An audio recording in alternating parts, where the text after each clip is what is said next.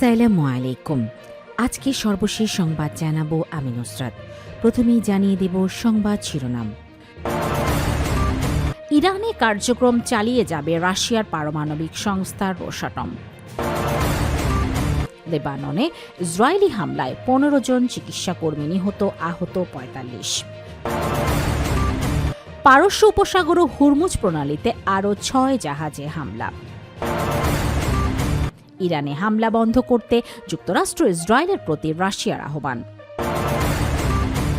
সর্বশেষ জানাবো, যুক্তরাষ্ট্র ইসরায়েলের হামলা অব্যাহত থাকলে আলোচনায় বসতে রাজি নয় ইরান।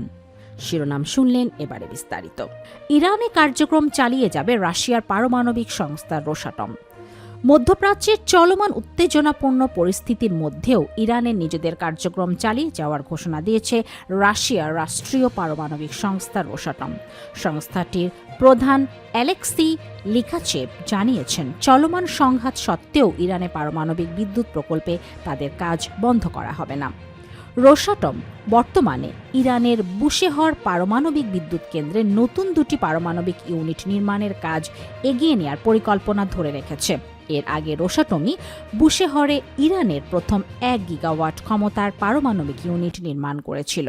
তবে গত 28 ফেব্রুয়ারি যুক্তরাষ্ট্র ও ইসরায়েলের হামলার পর নিরাপত্তা পরিস্থিতি বিবেচনায় নতুন ইউনিটগুলো নির্মাণ কাজ সাময়িকভাবে স্থগিত করা হয় এবং কিছু কর্মীকে প্রকল্প এলাকা থেকে সরিয়ে নেওয়া হয়। রোসাটম প্রধান জানান, বর্তমানে প্রায় 450 জন কর্মী এখনও বুশেহর প্রকল্প এলাকায় কাজ করছেন।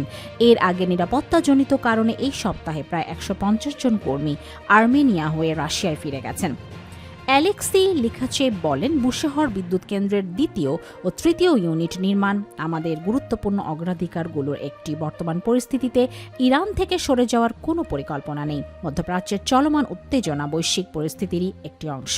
রাশিয়া ও ইরানের মধ্যে স্বাক্ষরিত দ্বিপাক্ষিক চুক্তি অনুযায়ী ভবিষ্যতে ইরানের সর্বোচ্চ 8টি পারমাণবিক ইউনিট নির্মাণের সুযোগ রয়েছে। লেবাননে ইসরায়েলি হামলায় 15 জন চিকিৎসাকর্মী নিহত, আহত 45। লেবাননের ইসরায়েলি হামলায় অ্যাম্বুলেন্স কর্মী সহ 15 জন চিকিৎসাকর্মী নিহত হয়েছেন, আহত হয়েছেন আরও 45 জন চিকিৎসাকর্মী। বৃহস্পতিবার 12 মার্চ লেবাননের তথ্য মন্ত্রণালয়ের বরাতে এই খবর জানায় আল জাজিরা। 2 মার্চ থেকে এই পর্যন্ত লেবাননের ইসরায়েলি হামলায় এখন পর্যন্ত অন্তত 634 জন নিহত হয়েছেন। পারস্য উপসাগর ও হুরমুজ প্রণালীতে আরও 6 জাহাজে হামলা। ইরাকের জলসীমায় একটি তেলের ট্যাঙ্কারে বিস্ফোরক বোঝাই ইরানি বোটের হামলায় বুধবার 11 মার্চ এক ক্রু সদস্য নিহত হয়েছেন এবং 2টি জাহাজ সম্পূর্ণরূপে পুড়ে গেছে।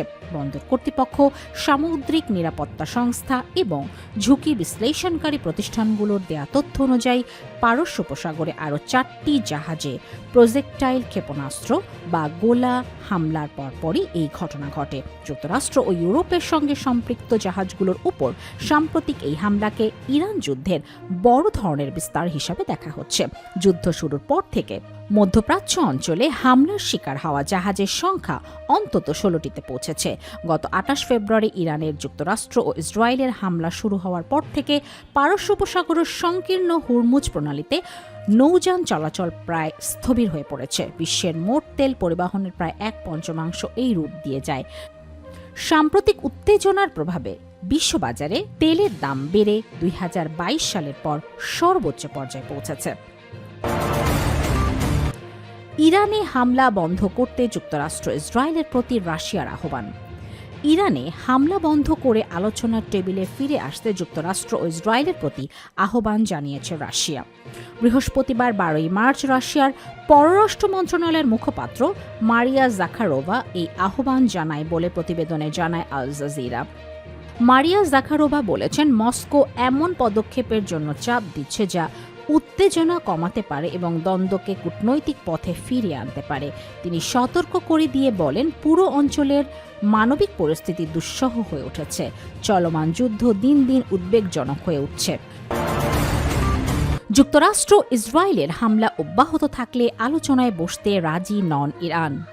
ইরানের প্রেসিডেন্ট মাসুদ পেজেশকিয়ান ও অন্যান্য ইরানি কর্মকর্তা বলেছেন, যুক্তরাষ্ট্রকে ইরানের বৈধ অধিকার স্বীকার করতে হবে, ক্ষতিপূরণ দিতে হবে এবং ভবিষ্যতে আগ্রাসন ঠেকাতে দৃঢ় আন্তর্জাতিক গ্যারান্টি দিতে হবে। বৃহস্পতিবার 12 মার্চ এক প্রতিবেদনে আল জাজিরার সাংবাদিক তৌহিদ আসাদি দাবি করেন যে তিনি এসব কথা ইরানের প্রেসিডেন্ট ও অন্যান্য